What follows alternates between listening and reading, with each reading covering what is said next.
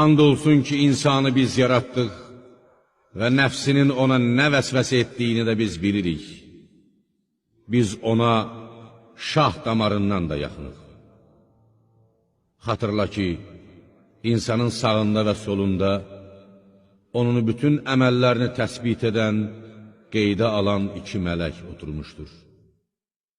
Dediyi hər sözü yazmaq üçün onun yanında hazır durub gözləyən iki mələk vardır. Ölüm həqiqətən gələcəkdir. Ey insan! Bu sənin qorxub qaçdığın, cürbəcür vasitələrlə canını qurtarmaq istədiyin şeydir.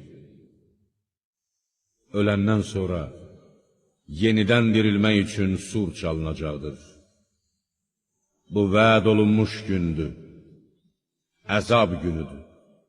Hər bir kəs Rəbbinin huzuruna bir sürüyən, sürüyüb məhşərə gətirən və bir də şahidlə gələcəkdir.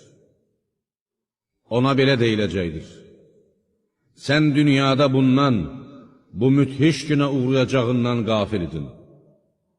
Artıq bugün gözündən pərdəni götürdük. Sən bugün sərras görürsən. Yoldaşı, ona təhkim olunmuş mələk deyəcəkdir: bu yanımdakı cəhənnəm üçün hazırdır.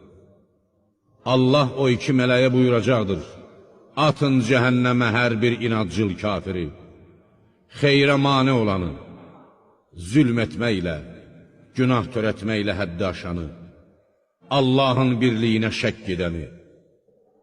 O kimsəni ki, Allahla yanaşı özünə başqa bir tanrı qəbul etdi. Atın onu şiddətli əzabın içinə.